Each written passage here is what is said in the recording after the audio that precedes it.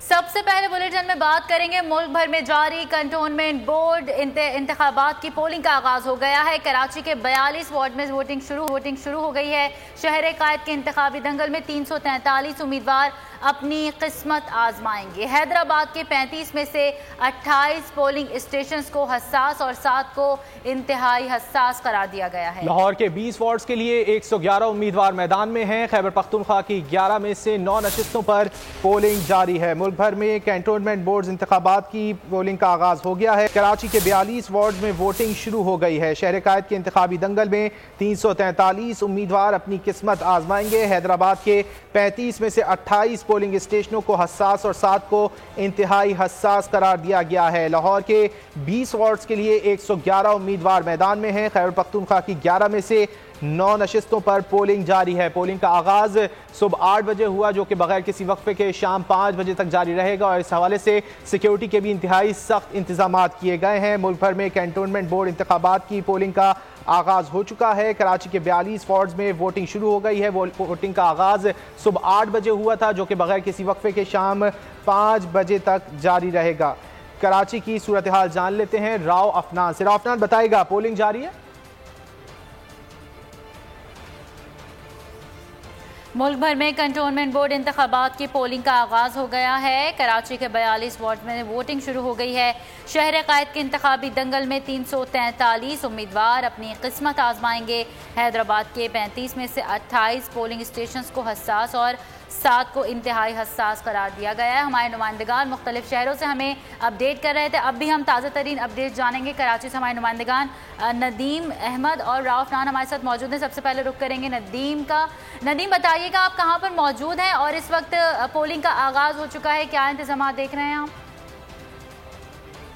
जी हाँ, कराची भर के 6 कंटोनमेंट बोर्ड्स की 42 वार्ड्स में जो है वो पोलिंग का आज बाकायदा आगाज़ हो चुका है। इस हवाले से हम इस वक्त मौजूद हैं कोरंगी क्रीक भिटाई कॉलोनी के इलाके में। मेरे कैमरामैन साथी अगर आपको दिखाएं तो तमाम पोलिंग स्टेशन के बाहर सिक्योरिटी के इंतहाई सख्त इंतजाम किए गए हैं। पुलिस और रेंजर्स की खासी मुनासिब नफरी जो है हर पोलिंग स्टेशन के बाहर तैनात की गई है, ताकि किसी भी गैर मुताल्लिका फ़र्द का पोलिंग स्टेशन में किसी भी किस्म का अमल दखल रोका जा सके।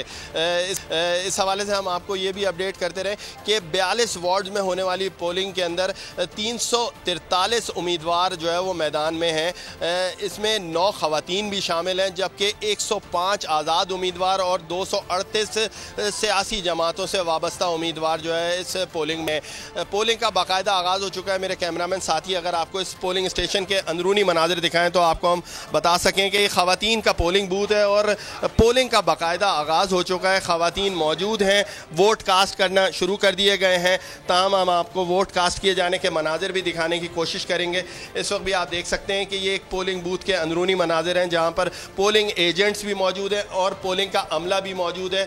तमाम शफाफ अंदाज से जो है वो पोलिंग का अमल मुकम्मल कराने की कोशिशें की जा रही हैं। तमाम बोल न्यूज़ अपने नाजरीन को दिन भर होने वाले पोलिंग के इस अमल के जो है वो बराह रास्त कवरेज से जो है वो आगाह करता रहेगा।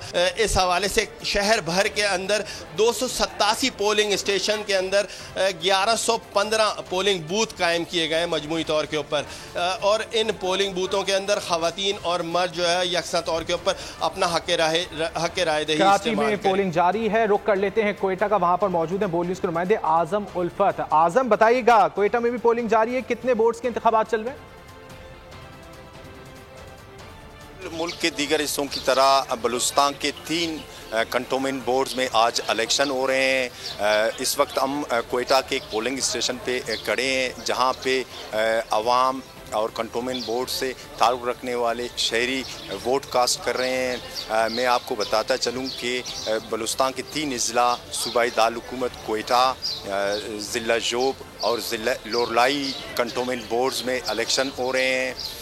पुरअमन इलेक्शन के इनेकाद के लिए पुलिस के अलावा एफसी और दीगर जो सिक्योरिटी फोर्सेस है, सिक्योरिटी के इंतहाई सख्त और मौसर इंतजाम किए गए हैं। मैं आपको बताऊं कि कोयटा के 5 वार्ड से 35 उम्मीदवार मैदान में हैं। जिनके दरमियान कांटे का मुकाबला है। इस मौके पर सूबाई इलेक्शन कमीशन ने पुलिस के अलावा लेवीज़ और फ्रंटियर कोर के जवानों की खिदमत भी हासिल की है।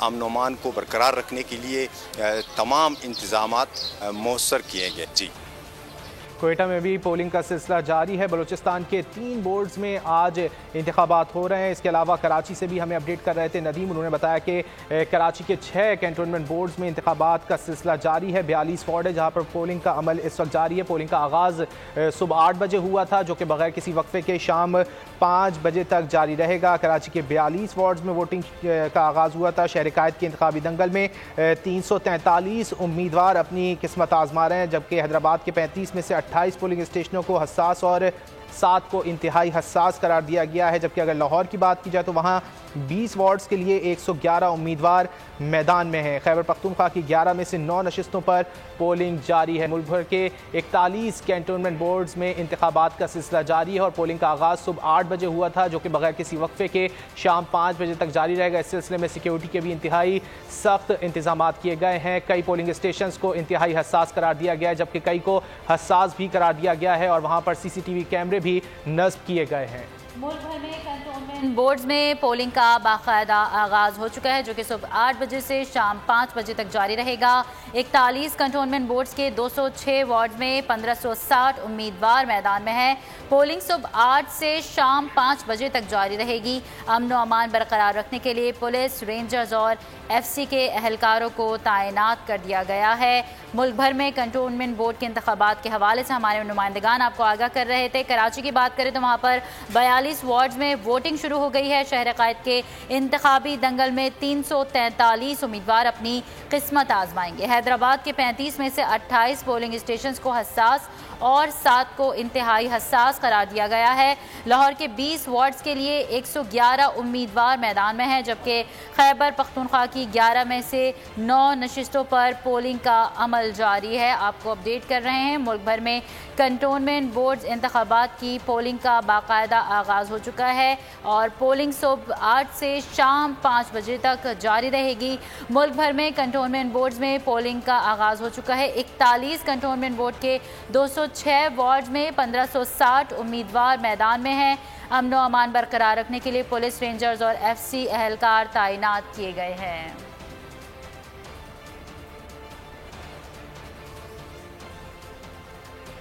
खबरों का सिलसिला आगे बढ़ाते हैं। इलेक्ट्रॉनिक वोटिंग मशीन पर बिल मंजूर होने नहीं देंगे। नून लीग का दो टोक ऐलान। सीनियर रहनुमा ख्वाजा साद रफीक ने कहा, इलेक्ट्रॉनिक वोटिंग मशीन पर बिल मंजूर कराने की कोशिश की जा रही है। इलेक्शन कमीशन को धमकियां दी जा रही हैं, इदारों का तहफ़्फ़ुज़ किया जाए। मरियम औरंगज़ेब ने कहा कि इलेक्शन कमीशन पर गुंडागर्दी और दहशतगर्दी करने वाले वफाकी वज़रा को निशान इबरत बनाया जाए। माब ने खुसूसी शहबाज गिल का अपोजिशन पर जवाबी वार। कहा, अपोजिशन शफाफ इलेक्शन से क्यों घबराती है। इलेक्शन कमीशन ने 4 साल कुछ नहीं किया। इलेक्शन कमीशन को अपोजिशन का आला-ए-कार नहीं बनना चाहिए। अगला इलेक्शन इलेक्ट्रॉनिक वोटिंग मशीन पर ही होगा। ये हुकूमत रियासती अदारों के गैर कानूनी इस्तेमाल और साजिशों के जरिए मुसल्लत की गई है। अगला इलेक्शन चोरी करने के लिए इलेक्ट्रॉनिक वोटिंग मशीन से वही काम लिया जाएगा या लिया जाना मकसूद है जो RTS सिस्टम बिठा कर लिया गया था। EVM के जरिए ये अगला इलेक्शन पाकिस्तान की सिविल सोसाइटी, अपोजिशन, इंटेलिजेंशिया कोई इसको तस्लीम नहीं करता। असल मंसूबा है कि इलेक्शन कमीशन से उसके आईनी जिम्मेदारियों को छीन कर वजीर आजम हाउस को दे दिया जाए। जो धमकी देते हैं कि हम इजलास बुलाएंगे, हम बुलडोज कराएंगे और हम फिर पास करा लेंगे जॉइंट कमीशन में। ये पाकिस्तान है, आपके वालिद साहब की जागीर नहीं है। इस वक्त वजीर आजम हाउस धांधली का हेडक्वार्टर है।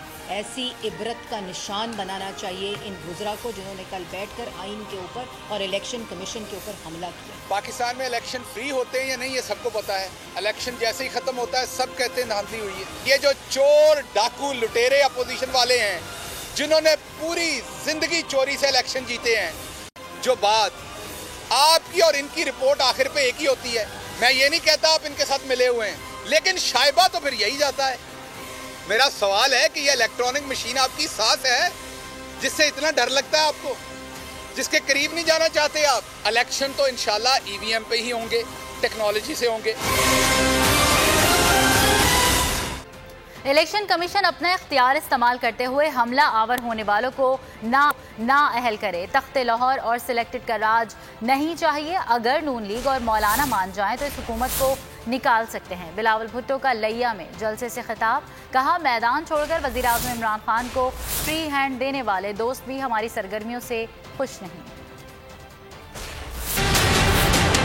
हम कुछ दिनों से पूरा वसीब के दौरे पे हैं। ये जो मुख्तसर दौरा था, इससे बनी काला को तकलीफ हो रहा है। जियालो को देखे, बनी काला से चीखे निकल रहे हैं। हम जगह जगह आ रहे हैं। आप अपना तैयारी पकड़ो, आप इस जिदोजहद को तेज करो। अपने एहतियातियों को भी दावत देंगे कि वो भी अवाम में आए, वो भी थोड़ा सियासत करे। पंजाब के अवाम के साथ थे। अब पंजाब के अवाम को इस तरीके से लावारिस नहीं छोड़ सकते हैं। अदम एतमाद बुज़दार के खिलाफ, फिर अदम एतमाद इमरान के खिलाफ। हम जब अदम एतमाद इमरान के खिलाफ लेकर आएंगे तो हमने आपको पहले से दिखा दिया है। यूसुफ रजा की शक्ल में हमने आपको दिखा दिया है कि हम इसको गिरा सकते हैं। कोई वजह नहीं है कि इमरान खान एक दिन और के लिए आपका वजीर आजम रहे। अगर नून लीग ना चाहे, अगर मौलाना साहब ना चाहे, तो कल हम इनको गिरा सकते हैं, हम इनको निकाल सकते हैं। वफाकी वजीर असद उमर ने कहा है कि आइंदा आम इंतखाबात नई मरदमशुमारी के तहत ही होंगे। उन्होंने सिंध में बल्दियाती इंतखाबात न कराने का जिम्मेदार सूबाई हुकूमत को करार दे दिया। कराची में प्रेस कॉन्फ्रेंस में उनका कहना था कि सिंध हुकूमत सूबे में बल्दियाती इंतखाबात कराने को तैयार नहीं। असद उमर ने कहा कि 30 सितंबर को कराची सर्कुलर रेलवे मनसूबे का संग बुनियाद रख दिया जाएगा। ग्रीन लाइन मनसूबा भी नुमाइश तक मुकम्मल हो गया है। 40 बसों का पहला बैच अगले हफ्ते तक पहुँच जाएगा। बल्दियाती इंतखाबात जो हैं वो तो फ़िलहाल सिंध हुकूमत कराने को तैयार नहीं है। उन्होंने एक पोजीशन ली है कि जब तक मरदमशुमारी जो है वो नई ना हो जाए उस वक्त तक नहीं कराएंगे। उम्मीद ये है कि सुप्रीम कोर्ट जो है उसी को ऑर्डर करना पड़ेगा। कराची का ये बहुत अरसे से देरीना मुतालबा रहा है कि कराची की मरदमशुमारी जो है वो जायज़ नहीं होती और कराची का जितना हिस्सा है आबादी का वो पूरा नहीं दिखाया जाता। नया सेंसस करने जा रहे हैं। पहली दफ़ा पाकिस्तान की तारीख के अंदर एक टेक्नोलॉजी बेस्ड डिजिटल टेक्नोलॉजी को इस्तेमाल करते हुए सेंसस किया जाएगा। कराची सर्कुलर रेलवे जो है ये 43 किलोमीटर के ऊपर मुहित होगा जी। जब ये प्रोजेक्ट ऑपरेशनल होगा 4.5 लाख से ज़्यादा जो मुसाफरीन हैं वो रोज़ाना यौमिया यहाँ पर इससे फ़ायदा उठाएंगे। कराची के शहरी 30 सितंबर से पहले वज़ीर आज़म पाकिस्तान इमरान खान कराची आएंगे और इसका जो इंफ्रास्ट्रक्चर वाला जो हिस्सा है इस प्रोजेक्ट का उसका इफ्तिताह कर देंगे। सारे प्रोजेक्ट का कल की जो वो शिप है जिसके ऊपर पहली 40 बसें आ रही हैं, अगले वीकेंड तक, अगले हफ्ते इतवार तक ये बसें, पहला लॉट जो है 40 बसों का ये कराची पहुंच जाएगा इंशाल्लाह ताला। के इलेक्ट्रिक के जरिए कराची के अवाम से बल्दियाती टैक्स वसूली का मामला विफाक और सिंध हुकूमत लफ्जों की जंग पर उतर आए। वजीर आला सिंध मुराद अली शाह बोले, टैक्स वसूली के लिए वजीर खजाना शौकत तरीन और चेयरमैन नेपरा से बातचीत हो गई है। वफाकी वजीर असद उमर ने कहा कि हुकूमत बिजली के बिल के जरिए KMC को टैक्स वसूली की इजाजत नहीं दे सकती। एडमिनिस्ट्रेटर कराची मुर्तजा वहाब असद उमर पर भड़क गए, बोले KMC को पांव पर खड़ा करना है, हमारे रास्ते में रोड़े ना अटकाएं। टैक्स जो होगा ये ऑलरेडी कोई नया टैक्स नहीं है और हम इसको रिड्यूस करेंगे। कि इलेक्ट्रिक से मुलाकात हो गई, उन्होंने उसमें हामी भरी। मैंने उसके बाद फेडरल फाइनेंस मिनिस्टर से भी बात की है। शौकत तरीन साहब ने कहा हमें कोई इशू नहीं है, इसलिए कि हमें कुछ फेडरल गवर्नमेंट से इस वक्त बिजली का बिल भी कलेक्ट करती है, सॉरी ये टेलीविजन का बिल कलेक्ट करती है, हमारी इलेक्ट्रिसिटी ड्यूटी इलेक्ट्रिक कलेक्ट करती है। तो एक फाइनेंस डिवीजन से कुछ ज़रूरत होगी नोटिफिकेशंस की, उन्होंने कहा जी हम बिल्कुल राज़ी और ये हो जाए। मैंने नेपरा के चेयरमैन से भी बात की, तो ये हम सारी चीज़ें पिछले 2-3 दिन में कर चुके हैं और इंशाल्लाह ताला कोशिश यही है कि KMC को अपने पैरों पे खड़ा करें। सर मेरी कल मेरी हमाद अदर से बात हो गई है और बिल्कुल भी हम ये नहीं करने के लिए जा रहे, अपना काम खुद करें। KMC नेक नियति के साथ, सियानत के साथ अपने पैरों पर खड़ा होने की कोशिश कर रही है और जो कानूनी राइट्स है ना हमारे, उस पर हम खड़े होंगे। तो मैं एक्सपेक्ट करता हूँ कि जिस तरह मेरे सूबे का चीफ मिनिस्टर मेरी मदद कर रहा है, उसी तरह मेरे मुल्क का प्राइम मिनिस्टर जो है वो मदद करे। सब्सक्राइब करें और बेल दबाएं ताकि कोई खबर रह न जाए।